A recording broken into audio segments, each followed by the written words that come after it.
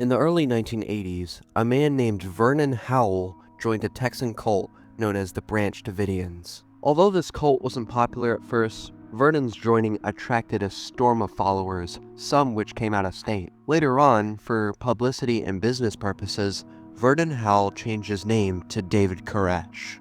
Koresh long fought for power with the group's leader, George Roden, with this rivalry ultimately ending in David's exile from the cult, a lengthy legal battle, and most important of all, George Roden killing a man with an axe and was sent to jail. Koresh would take over after Roden's sentencing, and he was not a very good leader, mind you. He was very promiscuous with many members of the group, which include fathering many children from different women, and was accused of abusive acts towards his followers. In 1993, Koresh and the cult would purchase a large amount of ammunition and illegal weapons. The FBI and the ATF looked into the case more, and decided to stand down the cult and David for arrest. On February 28th, the ATF attempted to raid the ranch and the compound. However, the Branch Davidians fought back in an intense gun battle, which killed 4 ATF agents and 6 Branch Davidians. The failure of the raid lasted in a siege that happened for 51 days. On the final day, tanks decided to run into the building, along with the FBI initiating a tear gas attack. And then, smoke started to come out.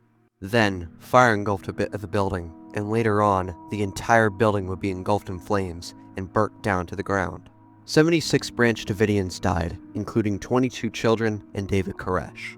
This event would probably become the most wide-known disaster of 1993, and people are still talking about it to this day due to theories speculating on who caused the fire, even if there is evidence of Koresh starting the fire. Boards of Canada were still making demo tapes around this time, and this event impacted them a whole bunch. They loved researching about them a lot, and put some clues about Waco into their later music.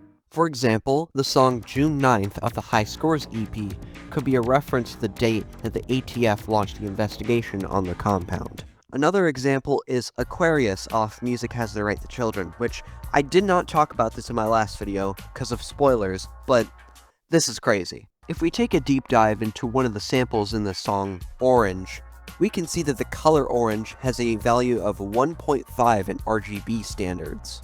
The sample is repeated 8 times in the counting sequence as well, which adds 12 to the sum of all the numbers. And if we calculate that, we get 1993, the same year the Waco siege happened. That's fucking insane. However, later on, they wanted to make a whole release all about the subject in some way. So, on November 27th, 2000, Boards of Canada would release the In a Beautiful Place Out in the Country EP. This EP would show off more of their dark side and will be a heavy theme in the next video, so stay tuned. But how do we know? Well, let's look at the... Now, the cover might look normal to you, but oh no, they aren't. The photos that are on the album cover, inside the booklet, and the back cover are photos that were taken at the Waco compound. One photo is even a close-up of David Koresh. The artwork, in my opinion, gives this EP more of an eerie feeling, as I should say. I will talk about the meaning of the title later on in this video, but let's take a deep dive into this EP. Starting off with...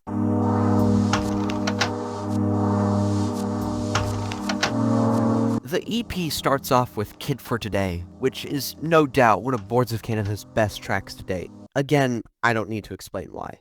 Now, this track actually dates back to 1996. One friend who got a Bach Maxima tape also got a bonus track, which was an early and unfinished version of Kid for Today. The EHX website, who had leaks of their early tapes, also had a clip of that exact version of Kid for Today. In my opinion, while it might be cool to hear, the early version of this song is kind of considered useless. In this track, you can hear a clicking sound almost throughout the track. Now, we don't know what this is, but most people assume that it's the sound of a slide projector, which I can kinda hear, to be honest.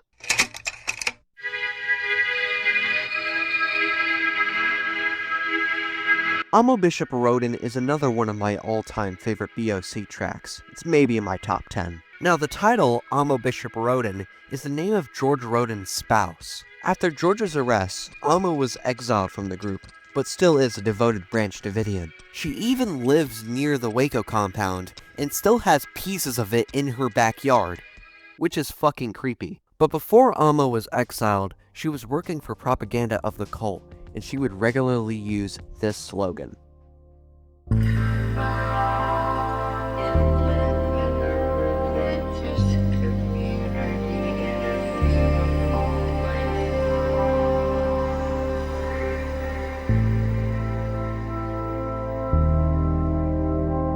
Now you know why the EP in this song is titled that. The sample that is used in this track that loops almost throughout the track is an interview with Amo in 1996. And I don't think when you come out and live in a religious community in a beautiful place out in the country, and you're away from... Also, I would like to mention that on the vinyl release of this EP, all of the songs are slowed down, so you have to play it at 45 RPM instead of 33 RPM. But most people say that the slowed down version of the title track sounds really good and gives it more of like a dreamlike and psychedelic vibe to it. And listen, I've heard it and it's beautiful. It's worth checking out. Alright, let's get into the last track.